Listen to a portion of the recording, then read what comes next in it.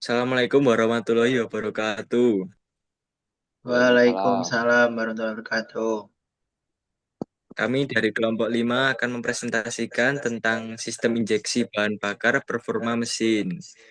Untuk anggotanya yaitu saya Herdi Indra Pakosa dengan teman-teman saya yaitu Saya Junior Cahyadi. Saya Ramzi Razun Putra. Saya Habibur Rahman El Fahri. Dan saya Tobias Rio. langsung saja lanjut ke materi.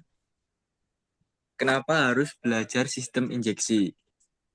Tanpa injeksi tepat, mesin tidak dapat hidup atau performanya jelek. Bahan bakar disemprotkan pada waktu, jumlah, dan tekanan yang tepat untuk tenaga maksimal. Sistem injeksi utama yaitu pompa inline, pompa distributor. Untuk studi kasusnya yaitu truk tambang dan mobil F1.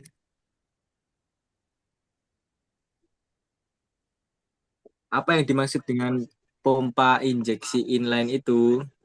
Pompa ini adalah sistem dengan elemen pompa, plugger atau barrel yang tersusun dalam garis lurus, satu untuk setiap silinder mesin. Bekerja secara bergantian untuk menghasilkan tekanan tinggi. Menghasil sempurna untuk mesin dengan banyak silinder. Contohnya itu 4 silinder dengan tekanan hingga 1350 bar.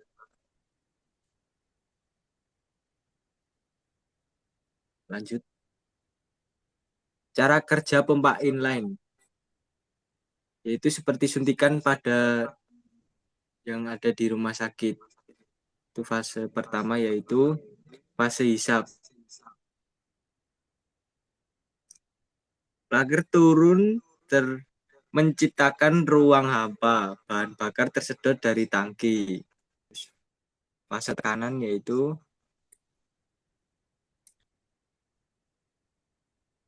plugger naik menekan solar. Tekanan melalui sampai delivery terbuka. Terus yang ketiga itu fase semprot.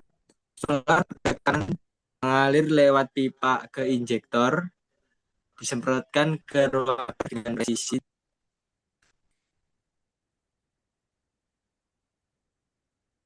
Terus yaitu gun governor mengatur volume bahan bakar. Tekanan gas lebih dalam, plugger berputar lebih sedikit dan injeksikan lebih banyak solar untuk tenaga maksimal. Untuk slide selanjutnya akan dilanjutkan oleh teman saya. Selanjutnya ada komponen penting pompa inline. Pada slide ini ditunjukkan komponen-komponen utama yang terdapat pada pompa injeksi inline. Komponen pertama ada camshaft atau noken as. Fungsinya menggerakkan plunger naik dan turun sehingga proses penekanan bahan bakar dapat terjadi. Yang kedua ada plunger dan barrel. Bagian ini merupakan inti dari pompa injeksi karena berfungsi menghasilkan tekanan tinggi pada bahan bakar sebelum disalurkan ke injektor. Berikutnya ada delivery valve atau katup pengantar.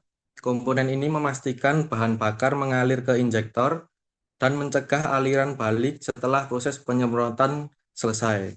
Selanjutnya ada governor, yaitu komponen yang mengatur jumlah bahan bakar yang disemprotkan sesuai putaran mesin atau RPM. Kemudian ada timing device yang berfungsi mengatur waktu penyemprotan bahan bakar agar pembakaran berlangsung pada saat yang paling efektif. Yang terakhir ada feed pump, yaitu pompa pendukung yang bertugas mengalirkan bahan bakar dari tangki menuju pompa injeksi utama. Next. Selanjutnya ada pompa injeksi distributor atau VE. Selain pompa inline, terdapat juga pompa injeksi distributor. Untuk perbedaannya, pompa VE ini hanya menggunakan satu plunger untuk melayani semua silinder secara bergantian. Keunggulannya yang pertama ukuran lebih ringkas dibanding inline, kemudian bobot lebih ringan, terus suaranya lebih halus, dan biaya perawatan yang lebih murah. Selanjutnya akan dilanjut rekan saya.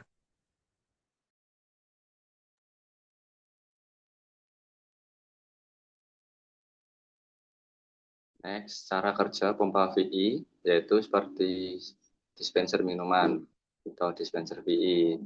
Nah, prinsip dasarnya seperti dispenser minuman ini yaitu satu plunger itu melayani semua 4 silinder itu bergiliran. Terus ada mekanisme internalnya yaitu yang pertama fase hisap, fase tekan, dan fase distribusi. Pompa VI ini bekerja dengan satu plunger tunggal yang digerakkan oleh template melalui saluran internal yang berputar. Plunger secara presisi mendistribusikan bahan bakar ke setiap silinder secara bergantian seperti mengisi 4 gelas dari satu dispenser minuman. Di sini spillering dan governor mengatur volume akhir bahan bakar dengan presisi tinggi. Next, Mas.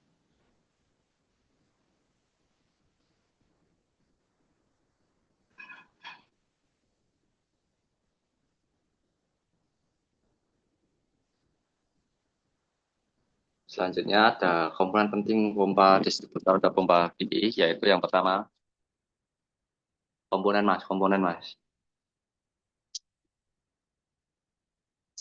Slide ke-8 Mas.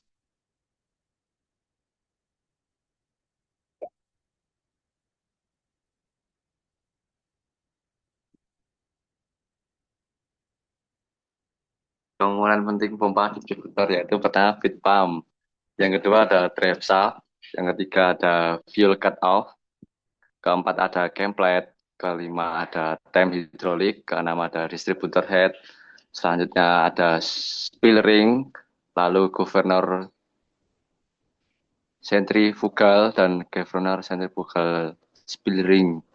Nah, ini bagian-bagian kunci yang membuat pompa VI setiap komponen bekerja sama memberikan jumlah bahan bakar yang tepat pada waktu yang tepat. Selanjutnya dijelaskan oleh teman saya.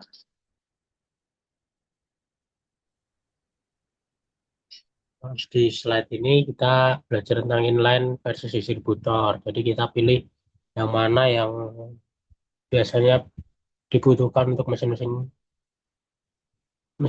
truk atau mesin-mesin alat berat yang butuh tenaga lebih besar. Untuk yang pertama kita bahas dari pompa inline terlebih dahulu. Untuk keuntungan pompa inline sendiri itu punya tenaga yang lebih besar. Jadi dia mampu menghasilkan tekanan dan debit bahan bakar yang besar sehingga cocok untuk pada mesin diesel berkapasitas besar. Terus yang kedua sangat tahan banting atau sangat durable, yaitu konstruksinya kuat dan sederhana sehingga mau bekerja dalam kondisi berat, seperti di pertambangan, alat berat, dan kapal. Yang ketiga itu ada presisi tinggi, yang dimana itu setiap silinder punya plunger sendiri sehingga distribusi bahan bakar lebih akurat dan merata. Tapi pompa inline juga mempunyai kekurangan, yaitu diantaranya ukuran besar dan berat. Ukuran besar dan berat di sini maksudnya itu punya banyak komponen dan plunger. Jadi itu yang membuat pompa inline ini punya kekurangan. Terus kedua itu harganya lebih mahal karena biaya produksi yang tinggi dan perawatan yang relatif lebih tinggi juga. Lalu kemudian yang kedua itu ada pompa distributor. Pompa distributor sendiri itu keunggulannya itu punya ukuran yang ringkas dan ringan. Maksudnya di sini karena memiliki satu plunger yang dimensinya tentu lebih kecil dan lebih ringan. Lalu yang kedua ada operasi lebih halus dan senyap atau silent. Jadi jumlah komponen bergerak lebih sedikit sehingga suara kerja lebih halus. Lalu pompa distributor juga cocok untuk RPM tinggi karena pompa dapat bekerja baik pada mesin yang beroperasi pada RPM tinggi. Lalu pompa distributor pun juga punya kekurangan, yaitu tidak cocok untuk mesin yang sangat besar karena kapasitas penyaluran bahan bakarnya yang terbatas. Yang kedua, perbaikan lebih sulit atau maintenance-nya lebih sulit karena konstruksi internalnya bisa dibilang lebih kompleks.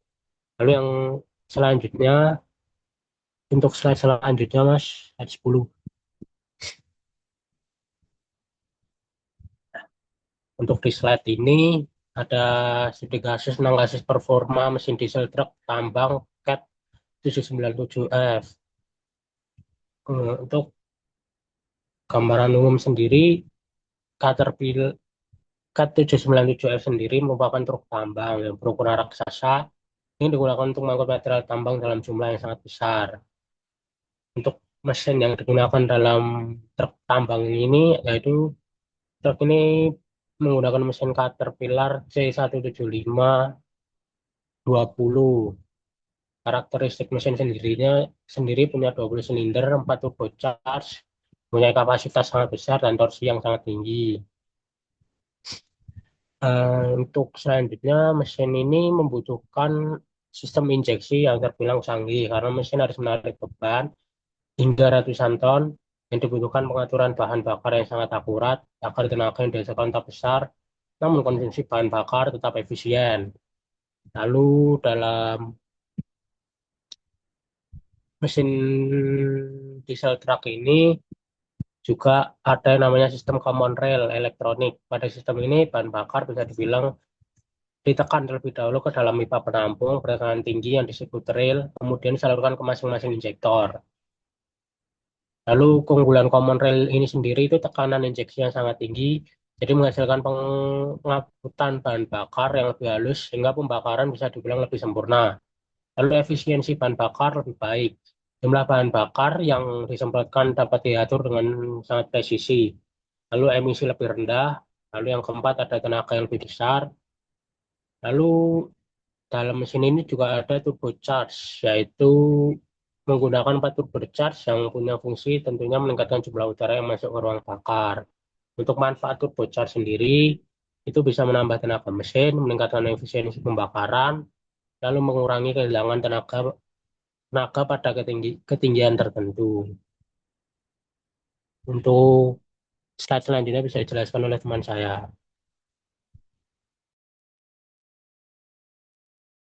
Di sini kita memiliki sebuah studi kasus yang sangat menarik tentang mesin bensin F1 2026. Mungkin teman-teman berpikir mesin balap tercepat di dunia itu silindernya sangat besar. Padahal itu tidak. Mesin ini adalah dengan unit IC yang berkapasitas hanya 1,6 liter V6 turbocharged. Ukurannya itu mirip dengan mobil penumpang biasa, namun materialnya sangat ringan dan responsif, serta dirancang untuk berputar sangat tinggi atau high gravity, guna menyemburkan tenaga bensin murni sebesar 540 horsepower. Tapi keajaiban tidak berhenti di mesin bensin saja. Mari kita lihat teknologi hybrid yang tentang 50/50 yang digambar pada slide 11. Itu mesin bensin 540 horsepower tadi disandingkan dengan motor listrik MGUK berdaya sekitar 469 horsepower. Sistem ini bekerja dengan menangkap energi panas dan energi pengereman untuk diubah menjadi listrik, lalu ditembak kembali menjadi akselerasi. Hasilnya, kombinasi tenaganya menghasilkan daya monster yang hampir menyentuh angka 1000 horsepower. Namun, emisi yang sangat ramah lingkungan karena menggunakan 100% sustainable fuel. Lalu untuk slide nomor 12,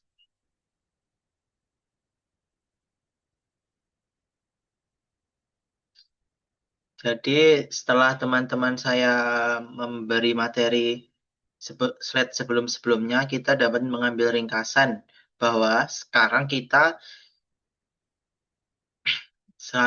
di dunia pompa injeksi yang sekarang sudah tahu bedanya dengan tipe inline yang memiliki banyak plunger, itu jagonya truk-truk gede. Sedangkan tipe VE yang ringkas dengan satu plunger itu untuk mobil penumpang kecil. Kedua, urusan kekuatan diesel fokusnya adalah untuk torsi badak di RPM rendah. Itu untuk menarik beban super berat seperti truk tambang, Caterpillar yang dijelaskan rekan saya tadi. Ketiga, Performa mesin bensin F1 ini adalah kebalikannya. Karakternya dengan gaspol di RPM tinggi, sangat lincah dan responsif.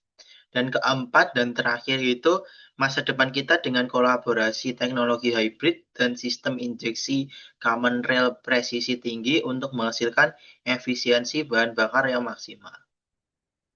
Sekian video dari kelompok kami. Bila ada salah kata atau perbuatan yang tidak mengenakan, mohon dimaafkan. Wassalamualaikum warahmatullahi wabarakatuh.